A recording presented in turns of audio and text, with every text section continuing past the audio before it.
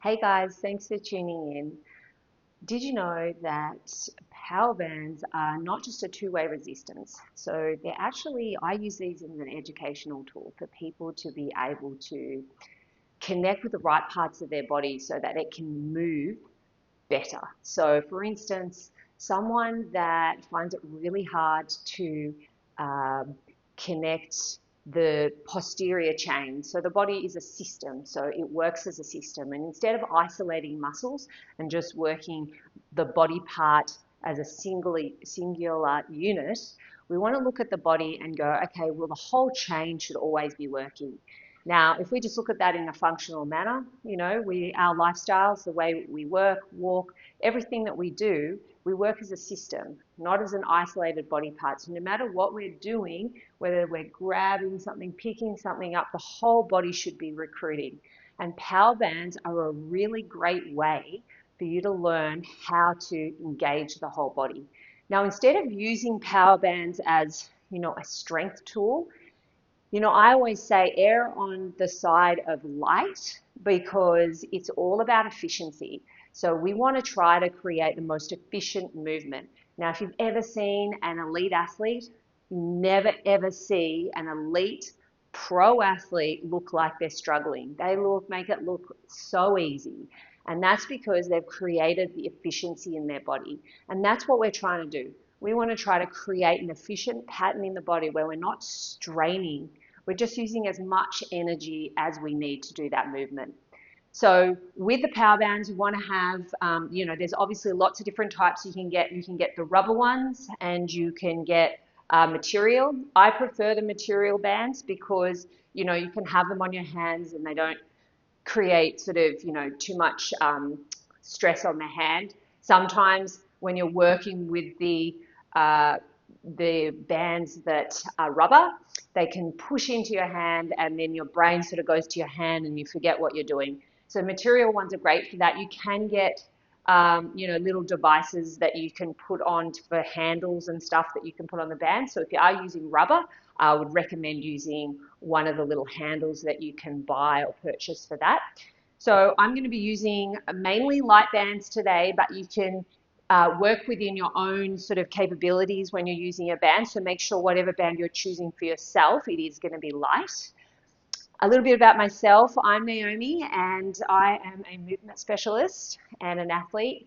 I've been in the industry for over 20 years and training sort of rehabilitation through to sports performance and just really passionate about movement longevity and making sure that people, have the right information to be able to move strong for life. And so let's get started. So we're going to start, first of all, lying down, and I'm going to go over a hip thrust, but using a band, and we're going to be looking at control and how the system is firing. So I'm going to take the light band, and we're going to have the feet on top of a box. You can do this on the floor if you want, but sort of box or chair. You're going to have the feet down. We're going to have the band across the hips with the hands down on either side. So when we're looking at the system here, we're looking at the whole body. So I want you to lock the hands down the ground and open your shoulders. You're going to press your hips up into the band and tilt your pelvis towards you. So you don't want to be in this sort of arched position where your hips are flexed because then your back will recruit and you won't feel anything working through the back of the body. So if you're in the right position, tucking your hips under, you should feel the back of the legs, you should feel your glutes, you should feel the back of your arms working. You should even feel your core muscles switched on because you're tilting those hips and pushing against a resistance. Then you're going to slowly come back down to the floor. Watch that you haven't opened your knees. And again, you're going to press up into the band and slowly back down. Now, if your band is too heavy, what it will do is it'll stop you feeling the full connection of the body and you'll feel very isolated. So it will be so heavy, you'll be straining and you'll feel very isolated in areas where you're working. And that's when you know the band is too heavy. Now, if you're on the lightest band and you're still finding it really hard, then just take the band away and do a few without the band and then bring the band back in. So it's just about warming yourself up a little bit. So have that nice light band, or even just decrease range of motion, which means just make the movement really small and then build yourself up into a bigger movement and back down. So this one is for recruiting the posterior chain and opening up the front of the hips. Now we're going to come around. Planks are a common issue that people have, and they find that, you know, that scapular stability in the body. So when we're in a plank, they're either over pronated with the shoulders or they're sinking down into the floor. So the band is a great tool to help scapular stability and control, but to help you find and feel it. So you bring the band around the back and you're hooking it over the thumbs, spread the fingers, and have your hands a little bit wide. Then we're going to go out into a plank. Now, when we go into the plank, we're going to keep the hips high. Try not to let them drop like this. So we're going to think about the bottom being high to the ceiling, and you're going to squeeze your heels together and push your big toes into the floor. So you want to make sure that you haven't dropped your hips or rolled out on your feet.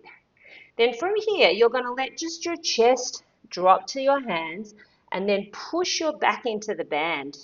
So you want to feel here as you do this, because we have the resistance of the band, you're not going to just feel your shoulder blades working, you're going to feel your core. So now we've created resistance so that the whole anterior chain of muscles can fire. So all the way up through the core, the chest, and the shoulders. Now, if that is way too hard, you can go to the knees and repeat the same thing on the knees and build yourself from there. But again, using a band that's not too heavy. If it's too heavy, you won't be able to hold the position and create that endurance that we're looking for. So we're really looking for how well you can hold your position against the load and how many repetitions you can do with good quality. So the next exercise, we're going to look at the squat and the lunge.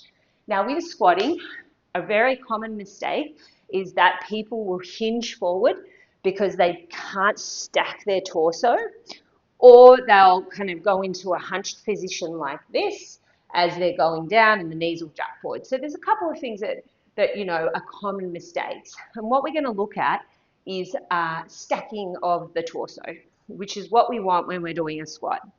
And it is a limiting factor because of ankles and hips and all sorts. So the band, what it does is when I push my arms out in front, so I've got it around my back and I push it out, what you'll notice is when my hands are down, my chest can be, so think of this as my center of gravity, sitting in front of me. Now, what I'm going to do is I'm going to take the band and I'm going to push like this. I'm going to push my back into the band, and I'm shifting my center of gravity over my pelvis and my heels. So I'm going to reach my arms forward. Now, I'm going to squat down onto a bench or a chair so that you have something that you can support you. And you're going to sit down and you're going to keep reaching those arms out, and I'm going to sit.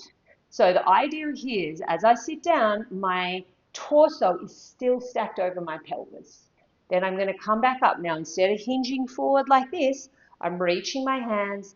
I'm going to drive my feet into the floor and stand straight back up, reaching forward so that I'm stacked over my feet again.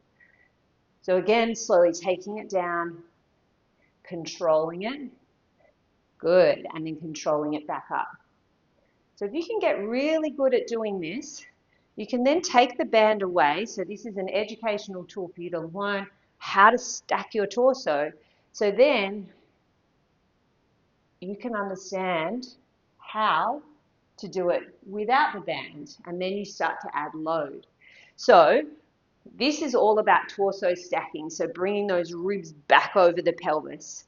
And like we just did with the squat, we can do the same thing with either a single leg squat, like almost like a pistol squat, or you can do as a lunge. So let's have a look at our Bulgarian split squat.